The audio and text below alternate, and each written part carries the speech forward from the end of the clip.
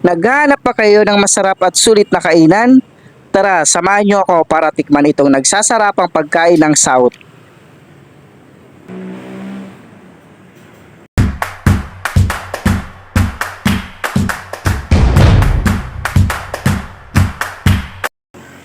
For today's video guys, nandito kami ngayon sa South para matry at matikman yung nagtitrending na tumbong pares at kakaibang lasa ng kanilang sabaw.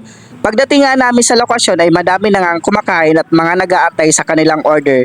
Napansin ko nga sa harap ng cashier may mga kilalang influencer na mga vlogger na talagang featured na rin ito nila Kuya Kim at Susan.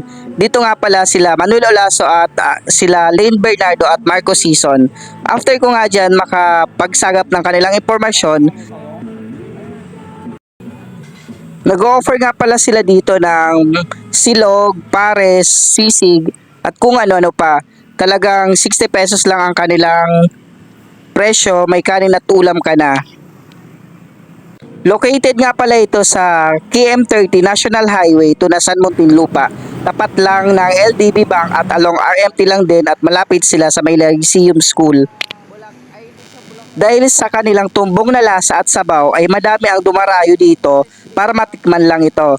Dahil din sa kanilang tumbong ay nag-offer din sila ng silog na tumbong hindi lang pares at meron din silang tumbong bulalo pares sa halagang 60 pesos lang. Alam nyo ba na dalawang batches na rin sila dito, meron na sa GMA at Tunasan, Muntinlupa at meron na rin pala sa Binyan. Bukas pala sila 24 hours. Dito sila unang nabukas sa Muntinlupa at ito yung tumbong pares ng South. Nag-o-offer nga sila ng laman, mata, utak at balbacoa. Kung hindi ka naman mahilig sa tumbong, marami din pwedeng pagpilian na silog at ibang klase ng pares at ang kanilang pinagmamalaki din na sisig. Marami na din ngayon ang mga naglalabasan na iba't ibang uri ng pares na kung saan papatok ito sa mga masa at makikilala. Talagang matalino nga ang Pinoy at diskarte kapag business ang pinag-uusapan. So ayan, nandito na nga ang aming mga in-order. Kaya titikman na natin ito.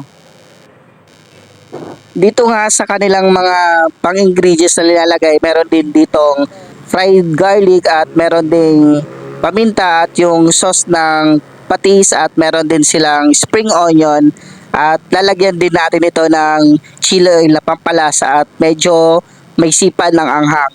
So after nga natin yan malagyan, kailangan natin tong halu-haluin para mas manonot yung lasa ng pares ng ating kakainin.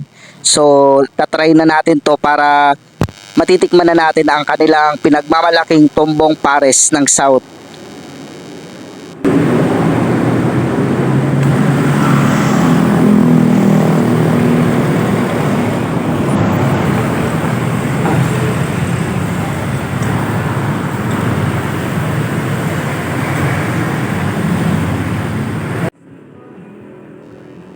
Para sa akin, solid itong bagong nakainan ko. Kakaibang lasa ng sabaw at masarap na tumbong pares na talagang dinadayo at binabalak-balakan ng maraming tao. Very highly recommended ito para sa akin. So ano pang hinihintay nyo guys? Tara, tikman nyo na din ito at itry nyo itong bagong tumbong pares ng South. So ayun lang, salamat!